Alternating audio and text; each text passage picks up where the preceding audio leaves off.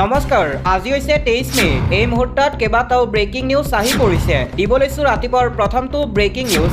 হিন্দু ধৰ্মক অপমান কৰি বিপদত পৰিছে এগৰাকী মুছলমান যুৱক। সামাজিক মাধ্যমত হিন্দু ধৰ্মক অপমান কৰি বিপদত পৰে মুছলমান যুৱকজন। গো মাতাক লৈ মুছলমান যুৱকজনে কৰিছিল বিতৰ্কিত মন্তব্য। আকিফুল ৰহমান নামৰ যুৱকজনৰ বিৰুদ্ধে এই অভিযোগ উত্থাপিত হৈছে। মুখ্যমন্ত্ৰী হিমন্ত বিশ্ব শৰ্মা আৰু প্ৰধানমন্ত্ৰী নৰেন্দ্ৰ মোদীকো অপমান কৰাৰ অভিযোগ আকিফুল ৰহমানৰ বিৰুদ্ধে। যুৱকজনৰ আপত্তিজনক মন্তব্যৰ পাছতেই কঠোৰ হৈ পৰে আৰক্ষী।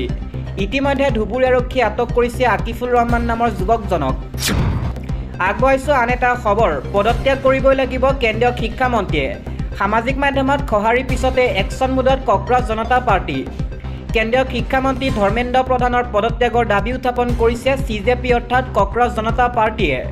শিক্ষামন্ত্ৰীৰ ভুলৰ বাবে হাজাৰ হাজাৰ ছাত্ৰ ছাত্ৰী হাৰাশাস্তিৰ সন্মুখীন হৈছে।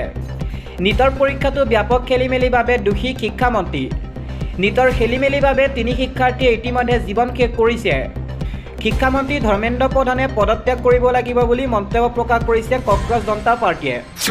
আন এটা খবৰ, সমগ্ৰ ভাৰতবৰ্ষৰ লগতে এইবাৰ অসমত তোলপাৰ লগাইছে কক্ৰজ জনতা পাৰ্টিয়ে। কক্ৰজ জনতা পাৰ্টিয়ে এইবাৰ তোলপাৰ লগাইছে অসমৰ ৰাজনীতিত চৰ্চাত আছে কক্ৰজ জনতা পাৰ্টি। শাসক বিৰোধী বিধেয়কৰ মুখে মুখে এতিয়া কক্ৰজ জনতা পাৰ্টিৰ প্ৰসংগ। কক্ৰজ জনতা পাৰ্টিক লৈ বিভিন্নজনৰ বিভিন্ন মত। আপুনি কক্ৰজ জনতা পাৰ্টিক লৈ কি ভাবে, আপোনাৰ মতামত কি? আমাৰ কমেণ্ট বক্স খোলা আছে, কমেণ্টত জনাওক আপোনাৰ মতামত। ইতিমধ্যে সমগ্ৰ ভাৰতবৰ্ষত চৰ্চিত হৈ আছে কক্ৰজ জনতা পাৰ্টি। পঁইতাচোৰা শব্দটোৰে এটা প্ৰজন্মক টাৰ্গেট কৰা হৈছিল। সেই প্ৰজন্মই এতিয়া প্ৰতিবাদ কৰিছে। কক্ৰজ জনতা পাৰ্টিৰ দাবী ৰাইজৰ দাবী, কিন্তু বিজেপি বিধায়কৰ মত পঁইতাচোৰাৰ পৰা সাৱধান। দিব লৈছোঁ আন এটা খবৰ। ঈদৰ পূৰ্বে মুছলমান সমাজে লৈছে ডাঙৰ সিদ্ধান্ত। 82খন মছজিদ কমিটিয়ে একেলগে নিষিদ্ধ কৰিলে গৰু কুৰবানী। গো সুৰক্ষা আইনৰ সমৰ্থনত গৰু কুৰবানী নিষিদ্ধ কৰিছে মুছলমান সমাজে। জুম্মা নামাজৰ পাছতে মুছলমান সমাজে ল'লে এই ডাঙৰ সিদ্ধান্ত। দুষ্ট চক্ৰই যাতে গোপনকৈ কুৰবানী কৰিব নোৱাৰে, ৰখা হ'ব লক্ষ্য। তামাৰহাটত 82খন মছজিদ কমিটিয়ে লৈছে এই ডাঙৰ সিদ্ধান্ত। ইয়াৰ পাছৰ খবৰ, ঈদৰ পূৰ্বে কুৰবানীক লৈ আহি গ'ল SOP। বকৰীদৰ কুৰবানীক লৈ জাৰি কৰা হ'ল SOP। এইবাৰ ঈদত গৰু উটকে ধৰি অন্যান্য জন্তু কুৰবানী নিষিদ্ধ কৰা হৈছে ৰাজধানী দিল্লীত। কুৰবানী সম্পূৰ্ণৰূপে নিষিদ্ধ কৰিলে দিল্লী চৰকাৰে। ৰাজহুৱা স্থানত বা ৰাজপথত দিব নোৱাৰিব কুৰবানী। কেৱল অনুমোদিত স্থানতহে কুৰবানী দিব পাৰিব মুছলমান সমাজে। দিল্লী চৰকাৰে কুৰবানীক লৈ জাৰি কৰিলে এই SOP। দিব লৈছোঁ আন এটা খবৰ। ভয়ংকৰ গ্ৰীষ্ম প্ৰবাহৰ বাবে ৰাজধানী দিল্লীত জাৰি কৰা হৈছে অৰেঞ্জ এলাৰ্ট। লগতে অসমলৈও আহি আছে ভয়ংকৰ গ্ৰীষ্ম প্ৰবাহ। ভংগ হ'ব তাপমাত্ৰাৰ সৰ্বকালৰ সকলো অভিলেখ। ৰাজধানী দিল্লীত অৰেঞ্জ এলাৰ্ট জাৰি কৰা হৈছে। দিল্লীকে ধৰি উত্তৰ মধ্য ভাৰতত গ্ৰীষ্ম প্ৰবাহে লৈছে ভয়ংকৰ ৰূপ। 49 ডিগ্ৰীলৈ বাঢ়িছে গৰমৰ প্ৰকোপ। উত্তৰ প্ৰদেশত পাৰাস্তম্ভ হৈছে 47ৰ পৰা 48 ডিগ্ৰী পৰ্যন্ত। ৰাজস্থানত তাপমাত্ৰাই চুইছেগৈ 48.3 ডিগ্ৰী ঘৰ। মহাৰাষ্ট্ৰতো পাৰাস্তম্ভ হৈছে 44.8 ডিগ্ৰী চেলচিয়াছ। দিল্লী পাৰাস্তম্ভ হৈছে 45ৰ পৰা 46 ডিগ্ৰী পৰ্যন্ত। মহাৰাষ্ট্ৰ নাগপুৰত তাপমাত্ৰাই চুইছেগৈ 45 ডিগ্ৰী ঘৰ। উত্তৰ প্ৰদেশৰ প্ৰয়াগৰাজত তাপমাত্ৰাই চুইছে 45.8 ডিগ্ৰী পৰ্যন্ত।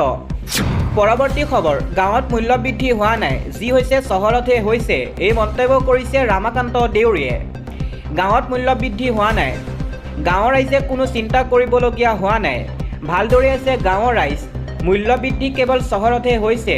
এইদৰে এতিয়া মন্তব্য প্ৰকাশ কৰিছে বিধায়ক ৰমাকান্ত দেউৰীয়ে।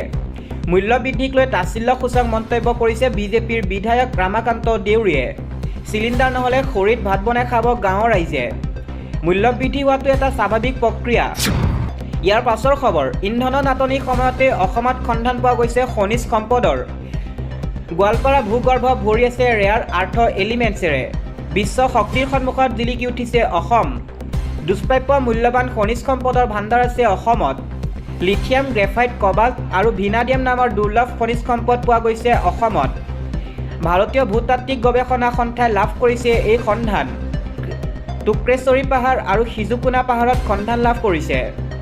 এই সম্পদ ব্যৱহাৰ হ'ব বিশেষকৈ বিদ্যুৎ চালিত বাহনত, বেটাৰী উদ্যোগ, মোবাইল, লেপটপ, ক্ষেপণাস্ত্ৰ আৰু বিভিন্ন যুদ্ধাস্ত্ৰ, মহাকাশ গৱেষণা আদিত ব্যৱহাৰ হ'ব এই খনিজ পদাৰ্থ। 2030ৰ পৰা 31লৈ এই খনিজ সম্পদৰ সন্ধান চলি থাকিব। ইয়াৰ বাবে ভাৰত চৰকাৰে 16,300 কোটি টকা আবণ্টন দিছে। এই সম্পদসমূহৰ ক্ষেত্ৰত ভাৰতকে ধৰি বহু দেশ চীনৰ ওপৰত নিৰ্ভৰশীল। এই পদাৰ্থসমূহ মোকলাব পাৰিলে চীনক প্ৰত্যাহ্বান জনাব পাৰিব ভাৰতে। দিব লৈছোঁ আন এটা খবৰ। ৰাজ্যৰ লাখ লাখ অৰুণোদয় হিতাধিকাৰীৰ বাবে এটা ডাঙৰ খবৰ।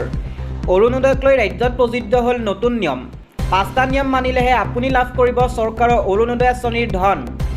9,000 টকা পৰ্যন্ত লাভ কৰিব অৰুণোদয় আঁচনিত।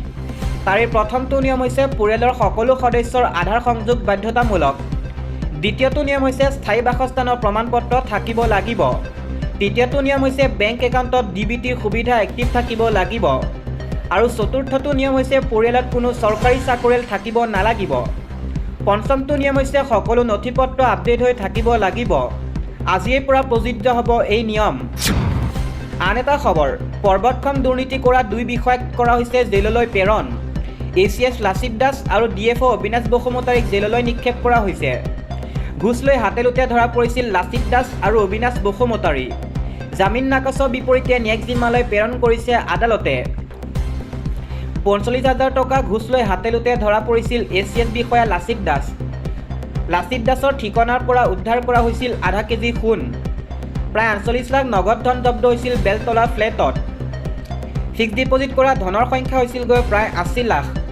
আনহাতে 9,75,000 টকাৰ আগধন 2 লাখ টকা লৈ থকাত ধৰা পৰিছিল বসুমতাৰী।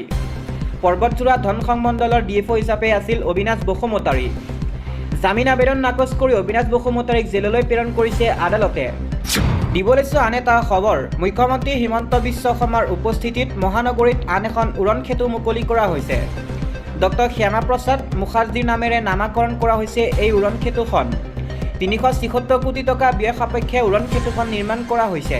অসমৰ পৰিবহণ আন্তঃগাঁথনিত নৱতম সংযোজন।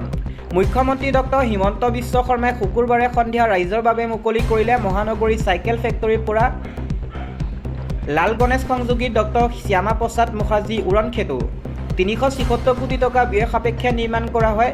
2.8 কিলোমিটাৰ দৈৰ্ঘ্য আৰু 12 মিটাৰ প্ৰস্থৰ উৰণ সেতুখনৰ বাবে যান-জঁট হ্ৰাস, ভ্ৰমণৰ সময় ৰহি, বায়ু আৰু শব্দ প্ৰদূষণ ৰোধ, ইন্ধনৰ ব্যৱহাৰ হ্ৰাস হ'ব। উৰণ সেতুখন উদ্বোধন কৰি মুখ্যমন্ত্ৰী ডক্টৰ হিমন্ত বিশ্ব শৰ্মাই কয়, অসম চৰকাৰৰ দ্বিতীয় কাৰ্যকালত মুকলি কৰা এইখন প্ৰথম উৰণ সেতু। চাইকেল ফেক্টৰীৰ পৰা লাল গণেশ সংযোগী উৰণ সেতুখনৰ নিৰ্ধাৰিত 30 মাহৰ বিপৰীতে 26 মাহত সম্পূৰ্ণ কৰা হৈছে নিৰ্মাণ কাৰ্য।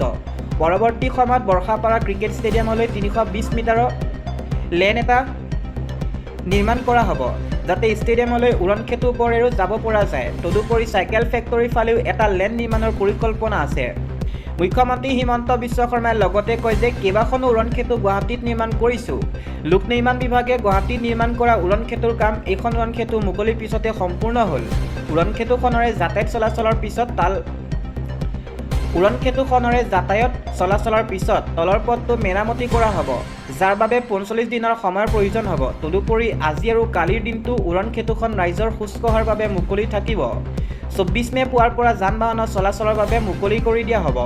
তেওঁ লগতে কয়, আজি ৰাইজলৈ উৎসৰ্গা কৰা ডক্টৰ শ্যামা প্ৰসাদ মুখাৰ্জী সেতুৱে মুকলি কৰিব সুচল যাতায়াতৰ নতুন দিশ। নিৰ্ধাৰিত সময়তকৈ 4 মাহ পূৰ্বে সম্পূৰ্ণ হোৱা 376 কোটি টকা ব্যয় সাপেক্ষে নিৰ্মাণ কৰা এই সেতু উন্নয়নৰ আন এক দৃষ্টান্ত। প্ৰাগজ্যোতিষপুৰ চিকিৎসা মহাবিদ্যালয়ৰ পৰা 27 নম্বৰ ৰাষ্ট্ৰীয় ঘাইপথলৈ যাত্ৰা এতিয়া অধিক সুচল হ'ব আৰু উপকৃত হ'ব হাজাৰ হাজাৰ নাগৰিক। শুকুৰবাৰৰ এই অনুষ্ঠানত সাংসদ বিজুলী কলিতা মেধি, বিধায়ক দীপ্লু ৰঞ্জন শৰ্মা, প্ৰদ্যুৎ বৰদলৈ, ডক্টৰ তপন দাস, বিজয় কুমাৰ গুপ্তা, মেয়ৰ মৃগেন শৰণীয়া আদি উপস্থিত থাকে।